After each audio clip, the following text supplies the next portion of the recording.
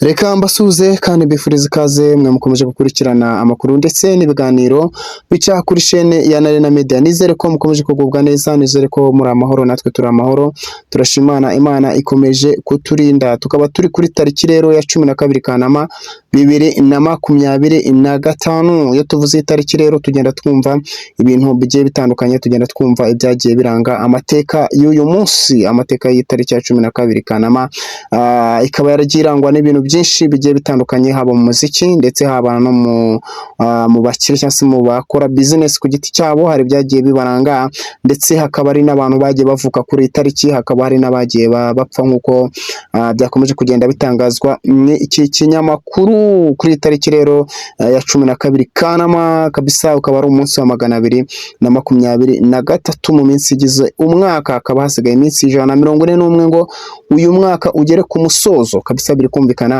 Hakaba hasigaye iminsi 141, ikaba ari iminsi mikeya ugereranyije niyo tumaze kabisa. Iyo tugeza tubwira abantu twabwira ngo rero ushaka kuba warapuranitse cyangwa se ukaba ari ibintu wari intego wari warihaye ariko ukaba utari kuzigeraho cyangwa se ukaba warazigezeho kabisa, twaba twashimira Imana cyangwa se kudeshapo ku bantu bakomeze kwa achieving, ku bantu bakomeje kugera ku ntego. Ariko uba utaragera ku ntego nabwo ntiwihebe, iminsi iracyahari kabisa. Gahunda ni ugukora, ugakora cyane kandi ugakora unasenga kugira ngo ibintu ukora bibashe kugeramo ukuboko kw'Imana kugira ngo bisoze amahoro. Tugarutse rero kuri itariki yacu ya 12 Kanama kabisa, ni umunsi mpuzamahanga wahariwe inzovu, aho abantu bashishikarizwa kuzibungabunga ndetse no kuzirinda. Iyi tariki rero nayo murumva ibyo ngibyo bigomba kubahirizwa mu mateka yayo.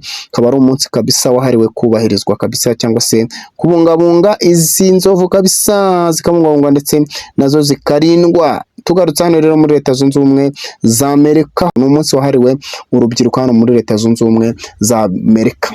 Biri kumvikana kabisa, itariki ni tariki y'amateka, ni tariki yagiye iberamo ibintu byinshi bigiye bitandukanye muri Leta Zunze Ubumwe za Amerika. Rero ni umunsi wahariwe urubyiruko kabisa.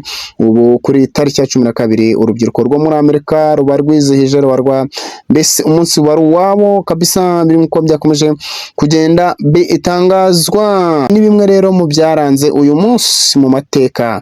2015 twamaze kwibona ko perezida yamaze guhura n'aba bashoramari bakomeje kugenda bakira inzu zigezweho hano ku Gisozi kabisa, mu gakinjiro ka Gisozi.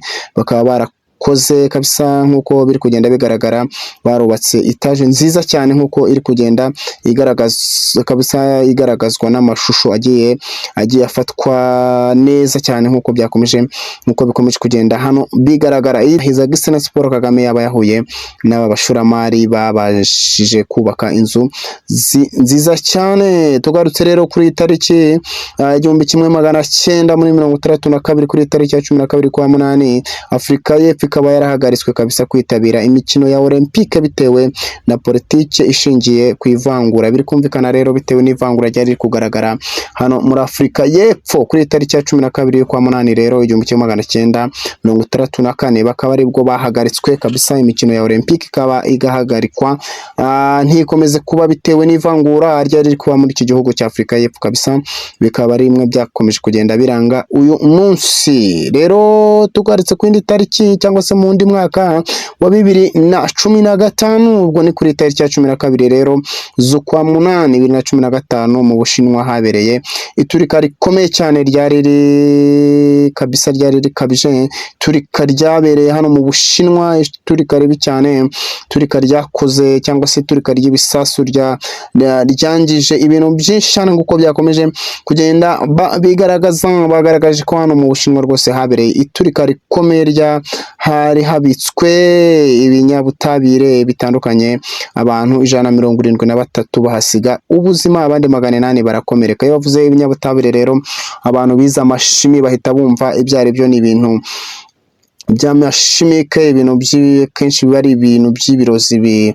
Abantu bize shimi bo barabizi, ni ibintu kabisa biturika, ibintu bitwika, biba birimo amaside, biba bigiye birimo ibintu byinshi bitandukanye bitari byiza. Hanyuma rero hakaba harabayeho iturika ry'ibyo bintu by'amashimi cyangwa se by'ibinyabutabire kabisa, byaje guhitana aba bantu benshi cyane, abantu 173, 800 nabo bagakomereka cyane nk'uko byakomeje kugenda bitangazwa. Kuri tariki rero ya 12 Kanama 2018 abasivile 19 barimo abana 12 bishwe n'iturika ryabereye ahabikwa intwaro muri Syria. Birikumvikana kabisa abantu 19 bahise bahitanwa ndetse n'abana 12 bahise basiga ubuzima kuri itariki ya 12 Kanama 2018 hano muri Syria, hano habika intwaro kabisa, ubwo byaturikaga kabisa byabashije guhitana aba bantu nabo bahasiga ubuzima. Abo nabagiye bahasiga ubuzima, abo n'abantu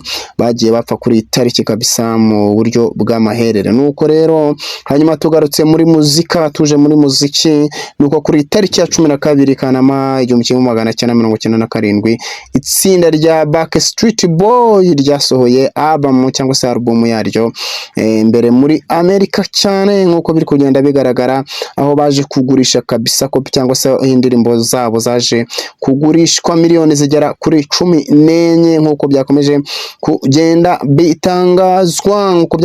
bitangazwa, abandi bavutse rero kuri tariki nibo tugarutseho mu 1990 bo bita Mario Balotelli. Muramuzi cyane, umukinnyi ukomeye cyane wo mu Butaliyani waje kubaka izina, umukinnyi wari ukomeye cyane, akaba yaravutse kuri tariki wo bita Mario Balotelli, akaba yaravutse rero kuri tariki ya 12 Kanama 1990 nibwo uyu mukinnyi w'icyamamare yaje kuvuka. Undi muntu waje kuvuka rero kuri tariki ya 12 Kanama 1999 no yaravutse kuri tariki ya 12 Kanama 1999 bamwita Martin G kabisa.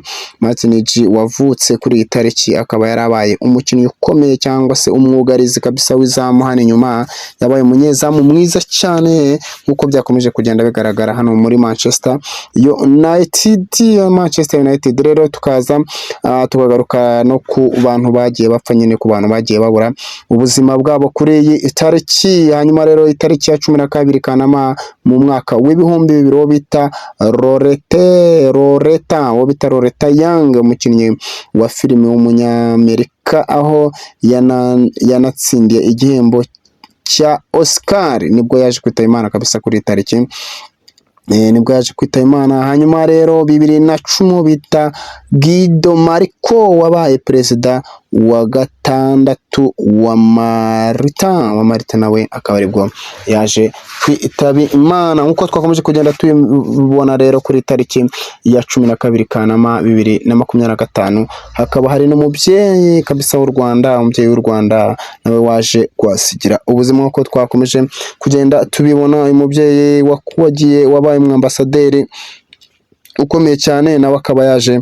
kwasiga ubuzima kuri tariki ya 12. Tariki ya 12 rero ikaba yarabaye tariki y'amateka, ikaba yarahitanye byinshi, ikaba yarahitanye benshi uko twakomeje kugenda tubibona. Uko twase mu bantu bakomeje kugenda bitaba Imana, hakaba hajemo n'uyu ambasaderi Aissa Kirabukakira witabye kuri uyu munsi, witabye kuri tariki ya 12 Kanama 2025. nawe uyu Aissa Kirabukakira akaba yahasize ubuzima, akaba Imana yamaze kumukunda, ikaba yamuhamagaye, akaba nawe yitabye Imana kuri tariki kabisa. Tuvuga ngo Imana imwakire mu bayo. Ayo yari amakuru cyangwa se akaba ari byaranze iyi tariki ya 12 mu mateka yayo.